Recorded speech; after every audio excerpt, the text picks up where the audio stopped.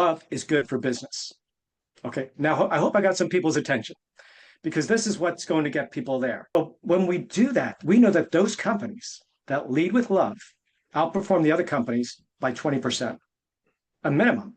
So if you think about that, if you could get your company 20% more profitable and have people go home feeling better and having a great time at work and innovating and expand, isn't that what we want? But look, I mean, it's good for business, it's good for companies, it's good for the world. We lead with love, it's good for everybody. Man. Business with a servant's heart. Welcome to the podcast. Business with a servant's heart. Listen to the podcast. We're all about to talk on life. Our guest will share his life story. We want you to success in life. We're ready and we will start shortly. We're gonna talk on life. We're gonna talk on business. You're gonna shine bright. We are gonna witness. Shout out to my sponsors, A Mind for All Seasons. Your brain is your greatest competitive edge, so why not optimize it? Just text optimize to 72000, 72000 for instant access to 6 quick videos that help you think faster, remember more, and stay focused longer. A big thanks to Epic App, the 4-step storytelling system I use every day to connect and to convert. Try it free. Email me at stever1961@gmail.com. That's stevr1961@gmail.com, and I'll get you the free app. Doing Business with a Servant's Heart was just named top 6 in small business marketing. Thank you, everybody, for listening and watching. Welcome, everyone, to Doing Business with a Servant's Heart podcast. I'm your host, Steve Ramona. I'm fired up today because I say this a lot, but you can meet people for the first time within 5 minutes. No, there's so much alignment, and we're going to use love a lot in this podcast. I love this guy. I really do. I've known him 9 minutes. Yeah. But that's the power of just meeting people. And it's not going to be everybody, but going out and connecting with love and hope and gratitude and all that is so great. So let's start our show off with our gratitude. So we'll start with a gratitude every day. Here's it for you, me, and my guest today. Sometimes you have to be your own hero. Now, this is a random pull out of this box. I have all these gratitudes. This represents my guest because he's becoming a hero. As he said, he's burning his ships to really put this power of love out there in business and life. And I just love what he's doing. Let's bring him on because I can keep talking. Owen, welcome to the show. Thanks, Steve. Thanks for having me. Love and business. Love and business. I talk about it all the time. Yeah. And people go, God, that's scary. Is it? Yeah. It is known as an oxymoron, and we do get a lot of pushback when we bring it up, but that's a good thing. That means we're doing the right thing. We're trying to change the tide here, and I think everybody would agree we need more love in the world. And what better place to do that in our businesses, where we reach people, we can connect to people, and really make an impact. And that's our goal, is to spread love around the world. I love the word impact. Your background's not unusual, corporate. It looks like Wall Street. You've done some, we won't get into it because it's not super important, but going from corporate to this, how did you make that transition? Yeah, so I've been an entrepreneur, Steve, throughout my life, actually, since I was a kid, selling coffee in the gas lines in the 70s with my brother, and with a little flexible flyer behind us, radio flyer pulling the coffee. And, but this is what we did. And growing up, and I put myself through college. And then even when I was in corporate America, I always had some working on something. I have a great idea and just run it, because I think it's so important for us to express those ideas, because that's how things evolve, right? And but I was in a big consulting firm, and I was writing a book, and it started with my book, The Power of Love in Business, because I'll tell you what happened is I was trying to do really big deals with major US companies and global companies as well. And I saw, Steve, that what we're trying to do, I knew actually wouldn't roll out, because there was so much animosity in the companies. They were internal fighting, the politics and the political lines drawn, and this group wouldn't work, that group. And it was crazy. I'm like, why can't everybody get along, right? And we've said this all along, but the truth is, And I started pulling back the layers. What is this? And I started doing quick videos of myself, just like after a call. I'm like, did that person really just say that to that person? And am I thinking about and journaling? And I started thinking, there's something here. And it really should change. And we were in a company that was a really great company, but there were we actually sold empathy products and positions, how to help companies do this. And I thought, there's something wrong here. And we have to make a switch. We have to somehow get people back into the play that this is the most important thing. This is good for business, this thing called love. And it's not the soft love. And let's just get that out there right now. This isn't the soft love and it's not the romantic love. That's for home, right? This is called agape love, which is a different type of love, the Latin love. But this is a strong love. This is power. This is the kind of love that starts wars, that ends wars. This is the kind of love that brings us and unites us. And this is the kind of thing that the world needs. And it's not an easy way. It's not something like, oh yeah, that's another department will do this. This is for leaders to step up and take this on. It's a challenge and it's not easy, but I shouldn't say it's easy. We've made it harder, right, in the past. But love is really what we need to aspire to, because when we do, we get better for it. And we'll talk more about that when we talk about the book. Yeah. Love is powerful. And like I said, but how do we handle that especially today? You're probably much younger than me. So when you started your entrepreneur is much less than me, but doesn't matter. How do we bring love with the noise that's banging our doors every day? Yeah. And I would love to say, hey, get everybody together and just talk. And that's a great thing. But here's the thing, Steve. Love is good for business. Okay. Now, I hope I got some people's attention, because this is what's going to get people there. While that's not the motive behind the book, it's certainly not the spirit of what we're trying to spread love and bring people together. But we're understanding that a lot of people are saying, oh, and it's that dollar. I got to report to the board. I have to report to the boss. And because it's usually that middle management. And we get that. But here's the thing. We know that there is a index of companies. It's not actually a publicly traded index like a stock fund, but there's an index that people follow, companies that are heart-led companies. Those are companies like Patagonia and Campbell's Soup and like Oprah's companies, right? And those are companies that have the CEOs talking about love from the top down. They have employee wellness programs. They have all kinds of outreach to the employees. And they're really taken very seriously and really to try to make an impact. It's like kindness. There's kindness movements as well. But when we do that, we know that those companies that lead with love outperform the other companies by 20%, a minimum. So if you think about that, if you could get your company 20% more profitable and have people go home feeling better and having a great time at work and innovating and expand, isn't that what we want? So that's how we get there. And these are just numbers. These are facts. How we get there is really up to the individual, but I think maybe one person at a time. But look, I mean, it's good for business. It's good for companies. It's good for the world. And you're awesome. I mean, I got to laugh because, having a great time together, that's so opposite of what people think about work. Is we grew up the age, oh, it's Sunday night. I got to go to work on Monday. And you're saying, no, Sunday night, I can't wait for work on Monday. Yeah, absolutely. And you're smiling. Absolutely. I love it. This is so great. Yeah. Well, I'll tell you, I've worked for companies that we had a really great president. I'll tell you, and it was a company, it was Canon back in the day, and we had a great president. His name, and I've got permission to use his name in the book. It's Todd Pike, if you read the book. But he was a great person, very charismatic. And he was compassionate, but he's very competent as well. But he really would invite people out. We'd meet every other week for lunch and really want to know he's really connected to people.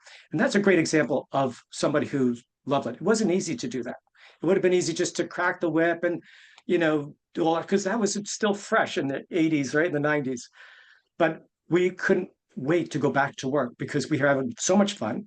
We made a ton of money and the clients loved us. We couldn't go, we'd go home on the weekends and call our buddies who we worked with and go play golf. It was just a great place to be around. I worked for a very similar company after that president left. And it was the opposite. Tyrant at the top, tyrant in the middle, crack the whip, all this 150% turnover. No one made money. It was a complete mess and it was awful. But the truth, there's just the numbers are there, the facts are there. We lead with love. It's good for everybody. Man, I want to work for your company. Holy mackerel, this is so, I mean, it's the way it should be. And we grew up in the 80-hour work week, badge of honor. My dad, he's 91 when he passed, and that's what he grew up with. And of course, Yeah. the depression and all that happened. And that's not nowadays. You don't have to do it for many reasons. But here's something I get asked a lot when I mentor entrepreneurs. And Owen, I love your advice. I want to serve them. I want to love them, but they're messing up or they're late all the time. All those, they're not a good employee. What's your suggestion how to handle that? Yeah. So yeah, we'll get to that. That's my second book is called The Love Switch. And we'll jump right to that because the love switch are what happens in the moment. And there's 5 things, right? And this moment could be 1 minute, it could be a year. But what happens is first just recognize face value. So what just happened? What is going on here? Without responding or anything, understanding, right? Then you reset, breathe, take in that moment. So maybe count to 4 when you're talking to somebody, nod your head, oxygenate your system, right? Get the air in there. And the other person's thinking, wow, Steve's really thinking about what I'm saying, And that's so important that gives some space there. Again, that could be a much longer time, but when in the moment, that reset is so important. So we recognize, reset, then we reframe. What would that avatar of love do in this scenario? Steve, that avatar could be different. It's different for everybody, but maybe it's that mentor like I have, that guy at Canada. He was such a sharp guy, right? But who is this person, right? Or you're somebody who aspired to be. But so you reframe it with love, and then you respond. That's the fourth R, is respond with love rather than react out of fear. Because so much often people say, oh, well, why did you do that? And how is that? And it's the situation probably doesn't require all the ifs and what if, we should have done it, we should have done it, we should all over ourselves, right? But the idea is if we lead with love and we come up and we respond with love, we've changed the trajectory of this thing. And then finally we reconnect. We reconnect and we say, okay, we're all aligned. I'm so glad we talked about that. We're all connected. And now we're in a better place, both ourselves and the situation or the persons. So when we think about that, we call it the love switch because we have to be able, in that situation, be able to turn on a love switch. And it's something that we could operationalize in a group. So we could talk about it as a group. Let's just go through the love switch. And that could happen on a program or an employee situation that said something goes wrong or the numbers are tight. Because life isn't all transactional. It's about relationships. Yeah. And inevitably things are going wrong. And so people need that space. They need to, otherwise you'd be talking to AI all day, but this is about connection. This is what the world needs right now. We need more of this love thing. And this is a good way to go about it. It's called the love switch. I'm gonna pay you for that. You just solved me a lot of problems. And audience, I hope you're writing that down because seriously, we're human, we're fallible. This will happen. Even the greatest company, I'm sure you had a sales guy not doing quota, people running late, they're just human behaviors that happen. The reframe and breathe, the 2 I wrote down are powerful. Because what do they cost you? Zippo. But what could be the return? You're brilliant. Right. This is so brilliant. Yeah. Well, let's jump into the books. The Power of Love behind your right shoulder there. Just love the name of it. Reminds me of the song, Huey Lewis song, The Power of Love. He's not getting any royalties from it, but yeah. Talk about the books and how they came about. Yeah, so as I was saying, I was working in the firm and I started writing the book after I was doing all this information. And funny story, Steve, when you've written a book, have you written a book? Not yet. I'm working on one. Okay. I know you have a bunch of other stuff, but anyway, you try to write 1,000 words a day, which is a lot. And that's especially when you're working. But it was a beautiful spring night. My wife and I are in the backyard and we had a nice glass of wine. We're talking about the book. And I said, the opposite of love isn't hate, it's fear. Because the opposite of love is fear, where people fear of why that guy doesn't walk across the bar to talk to this woman, or why they raise their hand in the meeting. I don't understand, right? It's fear. She said, oh, no, it's hate. She's a school teacher. My wife's a school teacher. So he said, no, I see it all the time in the playground. It's called hate. I'm like, no. So we debate this for like 4 hours and many glasses of wine afterwards. I'm like, 11 o'clock at night, let's put the fire out. Let's just go to bed. To agree to disagree. So we wake up the next morning, we go to church, and the pastor walks up on the pulpit. He takes a deep breath, looks out, says the opposite of love isn't hate, it's fear. And we laughed out loud. It was, are you kidding me? It was like a lightning strike. And my wife turned to me and we laughed. Everybody turned around like, why are you laughing at church? And my wife turned to me and said, you have to write this book. I'm like, yeah, you think? It was just, and from there, the book came together. I'd spent about a year and a half of all the research because I wanted to be a really world-class book of wisdom literature from around the world. And I pulled up from different religions as well because I wanted to bind people together, and that's important. But I pulled from the Tao Te Ching, the Vedas, the Quran, the Torah, the Christian Bible, and I found there's many principles that come together. But these are the principles that are unify us, and I think build a principle of love. So I came up with 12 principles. And real quick, there's 7 to heaven. I've called them 7 to heaven principles, which is not a religious thing, but it's truth, desire, where am I, where do I want to go? Humility, courageous communication, humility, and equality, meaning that this is where I belong.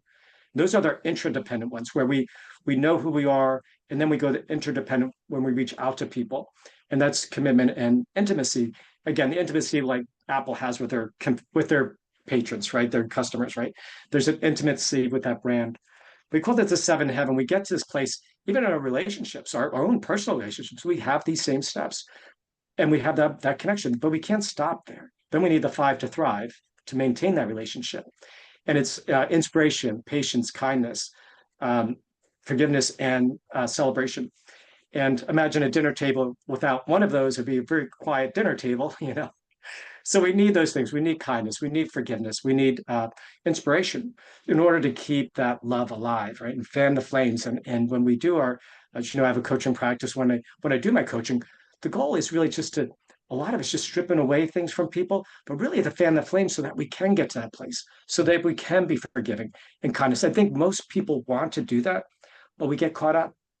And we want to do is light that fire inside, and then fan the flame, and then inspire each other and just keep that going.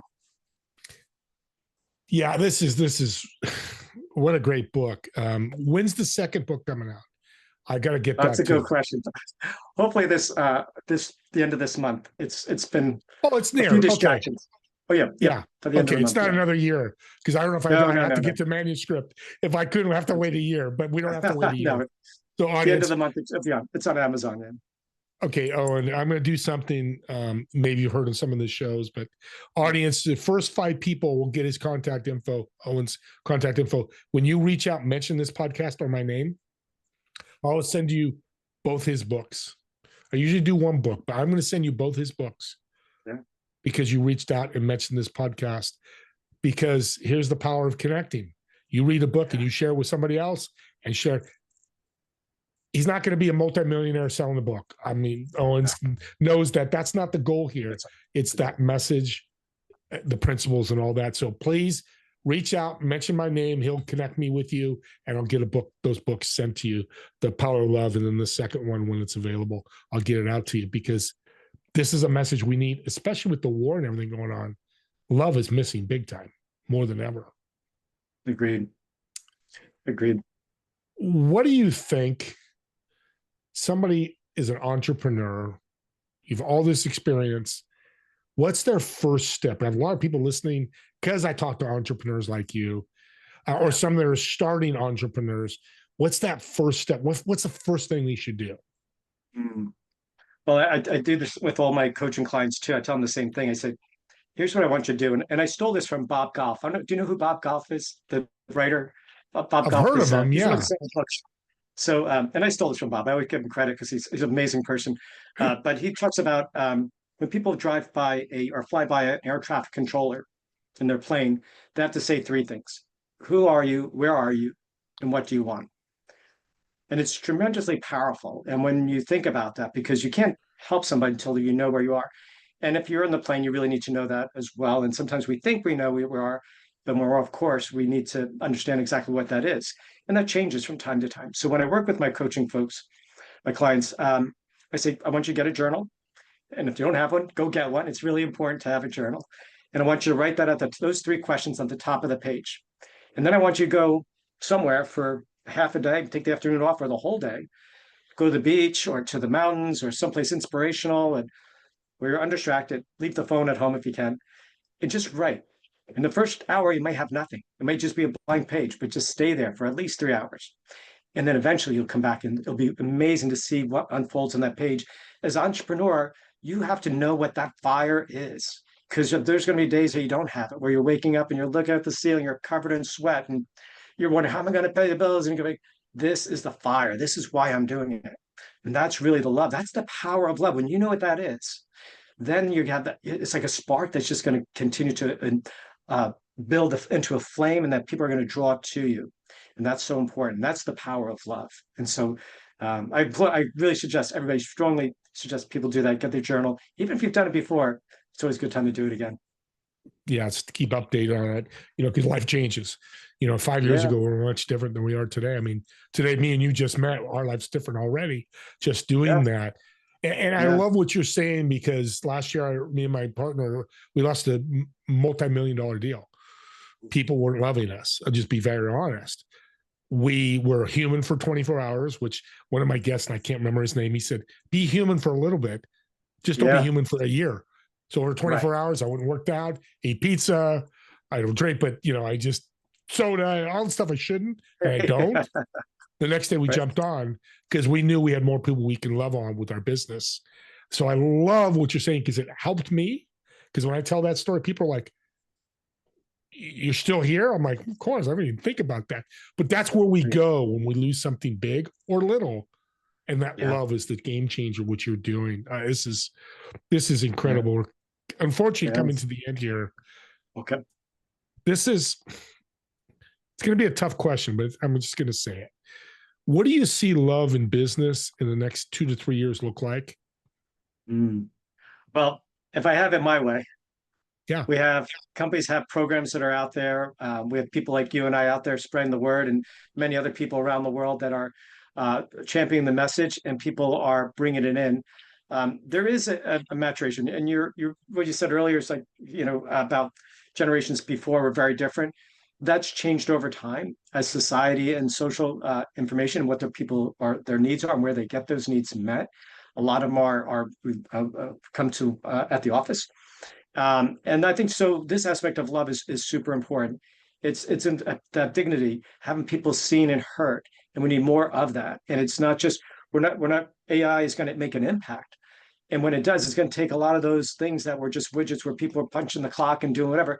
Those are going to go away. What we really need is this charismatic leaders who are compassionate and are competent, and they're able to make sound judgments and business decisions from the heart, where they are being that servant leadership, where they are reaching out and they're doing the right thing, and they're asking the questions that, whether it's any GBT or any agent, this is what we need to hear, and they're doing it in such a way that it has a consciousness around it that's going to help the world be a better place. You're giving hope, man. You gave me hope just now. That's beautiful. I love that, because I think that's the other thing that's missed. Hope comes with love. They're the siblings of each other.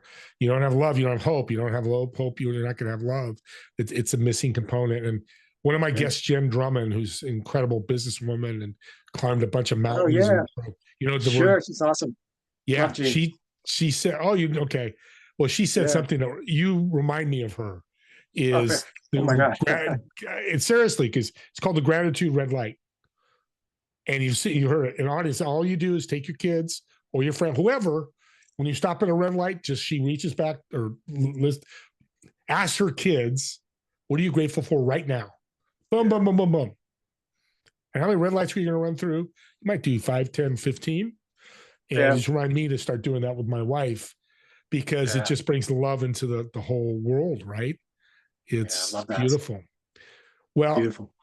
I want to ask one fun question to learn more about Owen. Not that we know a lot right now, but this is a connection question. So we're going to go to your favorite restaurant where you live. I'm going to reserve a table. You're going to invite 3 people who've been influential in your life, have made a difference in your life, and they can be dead or alive. Yeah. For me, I'm a foodie. What food would you order for the table? Because you're ordering the food. I'll buy it, but you're going to order it. Oh, okay.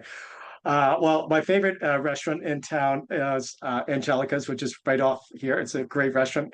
It's well known, very hard to get in. Actually, it used to be different, but they have tremendous seafood. I would get the lobster fried diavolo. It's so awesome. Or the flounder, fresh flounder. It's right I live at the beach, so it's right off the ocean. It's fantastic. Just love it. Beautiful. Who would you invite? Who are the 3 people? Oh, I would invite my well, if they'll let my dad, because he was my idol and just an amazing person. Um, I would invite Bob Goff, since I've been stealing his stuff. Sorry, Bob. We owe him a dinner. You owe him a dinner. That's true. I owe him a dinner at least. That'd be fun. That'd be good. And there's a lot of people that I aspire to, but very early in my career, being in sales, I followed Tony Robbins for a long time. I met him once because I worked at events, but not had a conversation with him and anything like that. So I'd love to have him there too. What's your dad's name? Ray Burns. Ray, shout out to you. I'm going to give you huge kudos. You developed a beautiful man here. Thank you, Ray. And I was real close to my dad, so you got me there. So appreciate that. It's just that they're just, when they're great dads, they're just great dads. Thanks again for being, like I said, I've only known you 35, 40 minutes, and we're going to do a lot of things together, and I'm going to help you do a lot of things. I know people listening go want to connect and learn more about this. How can they connect with you? Please do. Love to connect. Oh, how would they connect? Well, they could just on LinkedIn is always a good way, Owen Burns, or go to my website, owen-burns.com. Love should be simple, and Owen just did that just now. He made it very simple to connect, and that's the way it should be. And don't forget, audience, the first 5 people that reach out, go to his website, go on LinkedIn. I don't care where you communicate, find him. If you stalk him, just mention my name or the podcast or both, and I'll send you both these books. And let's get you more love in your life, like everybody should have. And audience, subscribe to the YouTube channel, whether it's mine or anybody else's, because today's podcast with Owen today is a perfect reason for you to impact others, to serve others. You share this link with somebody, because as a subscriber, you get the links, and somebody's talking to you at a birthday party this weekend, or you're on the phone with somebody and just love is missing. I guarantee you, they listen to Owen, they're going to know more about love. What they do after that, that's, they got to take action, but you did make an impact. So that's what these podcasts are all about. So me and Owen want to thank both of you, all of you, hope it's more than both of you, all of you, for watching or listening to this podcast. And we'll see you all in the next episode of Doing Business with a Servant's Heart. Have a great day, everyone.